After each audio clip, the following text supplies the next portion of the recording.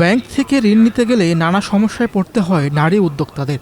এছাড়াও ঋণের মেয়াদ কম থাকায় ঋণ থেকে মুখ ফিরিয়ে নেয় অনেক উদ্যোক্তা। তবে স্টার্টআপ নারী উদ্যোক্তাদের জন্য সহজ শর্তে 5 থেকে 10 বছর মেয়াদি ঋণের প্রস্তাব করেছে women entrepreneur association of Bangladesh. এছাড়াও নারী উদ্যোক্তা পরিচালিত প্রতিষ্ঠানের জন্য কর রেয়াত সুবিধা বাড়ানোর সুপারিশ করেছে সংগঠনটি।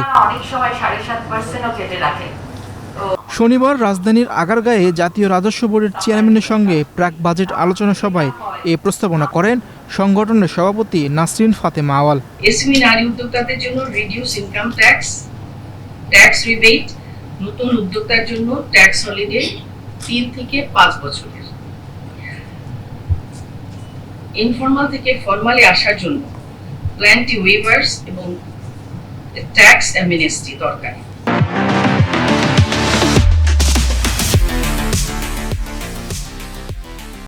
এখানে আপনি যে কথাটা বললেন যে ডাটাবেস নাই এবং নারীরা আসলেই জানে না, সেটা সত্যি কথা যে এখানটায় আপনাদের অনেক কিছু কিন্তু আছে নারীদের জন্য।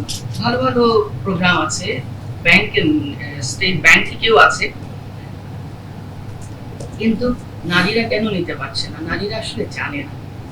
সব নারীকে তো জানাতে হবে আপনাদের কি কি ভালো ভালো স্কিম আছে। নারী উদ্যোক্তাদের উৎপাদিত পণ্য সেবার ক্ষেত্রে ভ্যাটের ছাড়, তাদের মালিকানাধীন রপ্তানিমুখী শিল্পের সংখ্যা বাড়াতে সকল ধরনের রাজস্ব সুবিধা দেওয়া এবং এসব সুবিধা প্রাপ্তির প্রক্রিয়া সহজীকরণ করার প্রস্তাব করেছে সংগঠনটি। ছোট স্কেলে এক্সপোর্ট ওরিয়েন্টেড নারী উদ্যোক্তাদের জন্য শেয়ার বন্ডের facilities, duty free raw material import access সম্প্রসারণ, বন্ডের সুবিধা পেলে মিনিমাম কমপ্লায়েন্স ব্যারিয়ার কমানো। বন্ডের সুবিধা পেতে আপনার এগুলো একটু না কমালে নারীরা সেটা থেকেও বঞ্চিত হচ্ছে।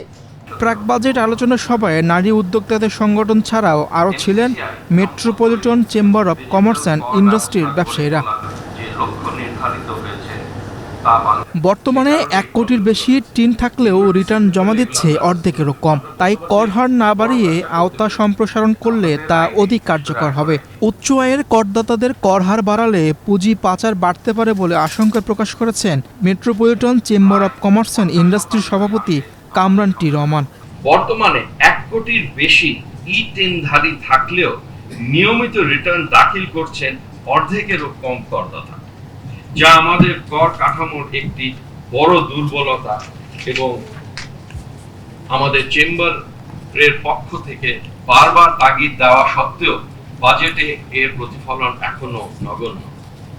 বাংলাদেশের অর্থনীতির প্রায় 90% অপ্রাতিষ্ঠানিক খাতের উপর নির্ভরশীল হওয়ায় এই বিশাল জনগোষ্ঠীকে অর্থপূর্ণভাবে করের আওতায় আনা না গেলে জাতীয় কর জিডিপি অনুপাত বৃদ্ধি করা কার্যত অসম্ভব। অনানুষ্ঠানিক খাতকে করের আওতায় আনতে নতুন করদাতাদের ন্যূনতম কর 1000 এবং অন্যদের কর 3000 করার পরিকল্পনা নিয়েছে এনবিআর। ভবিষ্যতে ভ্যাট প্রদানকারী প্রতিষ্ঠানের সংখ্যা 1 থেকে 1.5 কোটিতে নিতে অটোমেশন সহ নানা পদক্ষেপের কথা ভাবছে এনবিআর বলে জানিয়েছেন প্রতিষ্ঠানটির চেয়ারম্যান। বন্ডেড ফ্যাসিলিটির কথা যেটা বললেন, শেয়ার বন্ডেড ফ্যাসিলিটিস, এগুলো যদি আমরা চালু করি এগুলো অ্যাক্রস দ্য বোর্ড হইতে হবে, শুধুমাত্র নারী উদ্যোক্তাদের জন্য করা যাবে না, এটা করলে সবার জন্য। এবং আমাদের কমিটমেন্ট আছে, আপনারা দেখেছেন গত বছর আমরা অনেকগুলো জিনিস কিন্তু সহজ করে দিয়েছি। বিশেষ করে বন্ডেড ওয়্যারহাউসের ক্ষেত্রে আমরা এটা আরও এক্সপান্ড করেছি, আমরা ব্যাংক গ্যারান্টি দিয়ে আনার ব্যবস্থা করেছি, ইভেন বন্ড ছাড়াও বিনা শুল্কে মালামাল আনার জন্য ব্যবস্থা করেছি। এগুলো আমরা আরও সহজ করব। ডেডোর যে প্রক্রিয়া, এগুলো আমরা ডিজিটাইজেশন করে সহজ করে দিব। ডিজিটাল রূপান্তর ও প্রশাসনিক সংস্কার, কর ব্যবস্থা স্বচ্ছতা ও জবাবদিহি নিশ্চিত করতে এমসিসিআই বেশ কিছু সংস্কার প্রস্তাব পেশ করেছে, যার মধ্যে রয়েছে আয়কর, ভ্যাট ও কাস্টমসের জন্য একটি সমন্বিত ইউনিফাইড ট্যাক্সপেয়ার প্রোফাইল চালু করা, কর নির্ধারণ, আপিল ও ট্রাইব্যুনাল পর্যায়ে অনলাইন শুনানি শুরু করা, নীতি প্রণয়ন ও রাজস্ব প্রশাসনের মধ্যে সুস্পষ্ট বিভাজন নিশ্চিত করতে revenue policy and revenue management ordinance 2025-এর কার্যকর বাস্তবায়ন করা। মিরুসুন সরকার, বাংলাদেশ প্রতিদিন। উৎপাদন ও সেবা খাত